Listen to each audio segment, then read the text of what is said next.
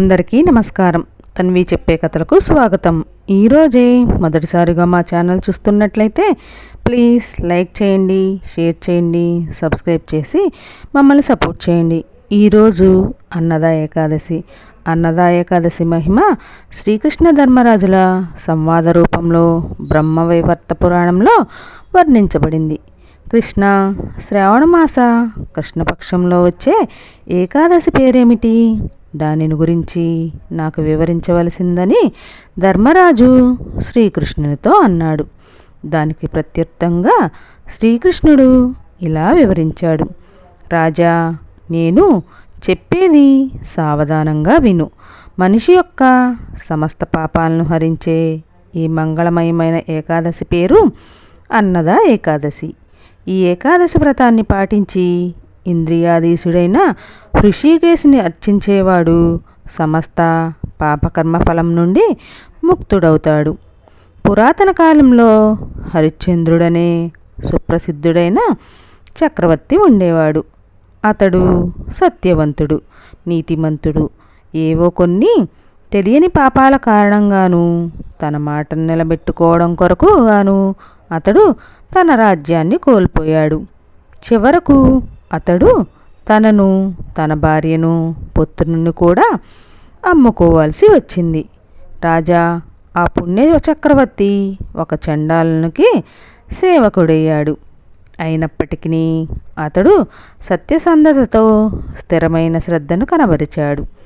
తన యజమాని ఆదేశంపై అతడు శ్మశానంలో శవాలపై కప్పిన గుడ్డలను తన జీతంగా తీసుకోవడం మొదలుపెట్టాడు. అంతటి నీచమైన పనిలో నెలకొన్నప్పటికీ అతడు తన సత్యసంధత నుండి, సక్రమ వర్తనం నుండి వైదొలగలేదు. ఈ ప్రకారంగా అనేక సంవత్సరాలు గడిచాయి. తరువాత ఒకరోజు ఆ చక్రవర్తి గొప్ప చింతతో ఆలోచించడం మొదలుపెట్టాడు.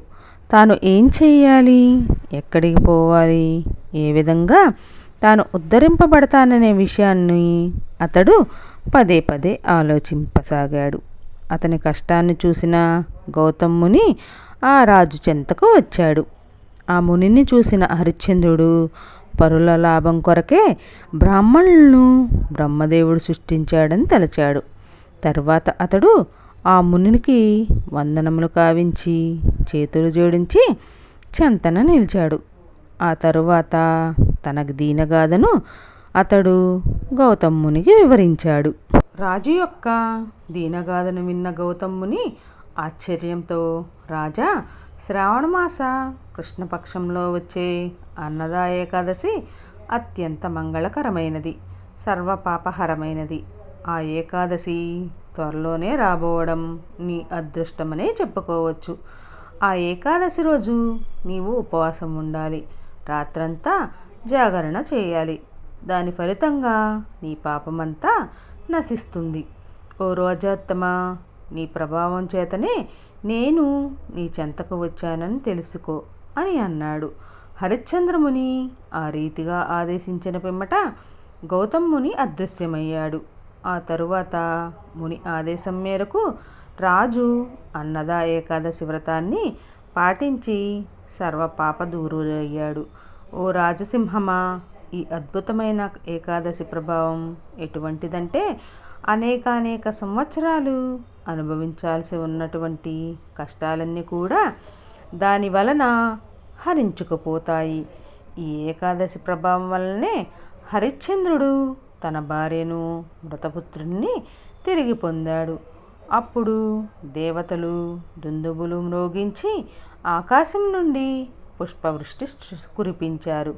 తదనంతరం ఈ ఏకాదశి ప్రభావం వల్లనే ఆ రాజు తన రాజ్యాన్ని ఎటువంటి అడ్డంకులు లేకుండా అనుభవించగలిగాడు. చివరకు అతడు తన బంధుమిత్ర ప్రజలతో పాటుగా భగవద్ధామానికి వెళ్ళాడు. రాజా, ఈ ఏకాదశిని పాటించిన వ్యక్తి సమస్త పాపాల నుండి బయటపడి ఆధ్యాత్మిక జగత్తును చేరగలడు అని శ్రీకృష్ణుడు ముగించాడు. ఈ ఏకాదశి మహిమను వినినవాడు, చదివినవాడు అశ్వమేధ యాగ ఫలాన్ని పొందగలుగుతాడు. అజయ ఏకాదశి రోజున తెల్లవారుజామునే అంటే సూర్యోదయానికి ముందే నిద్రలేచి తలస్నానం చేయాలి.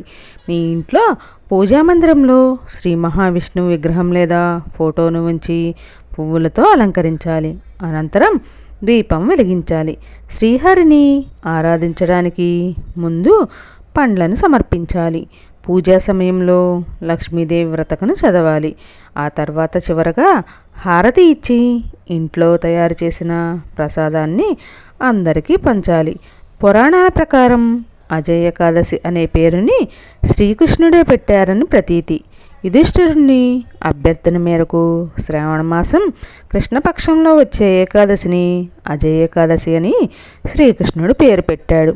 పురాణాల ప్రకారం చూసుకుంటే అజయ ఏకాదశిని శ్రీ మహావిష్ణువుకి అంకితం చేయబడింది. ఈ పవిత్రమైన రోజున ఉపవాస దీక్షను ఆచరించడం వల్ల ఎంతో పుణ్యం లభిస్తుందని చాలామంది నమ్ముతారు. శ్రీకృష్ణ జన్మాష్టమి తర్వాత 4 రోజుల తర్వాత అజయ ఏకాదశి వస్తుంది.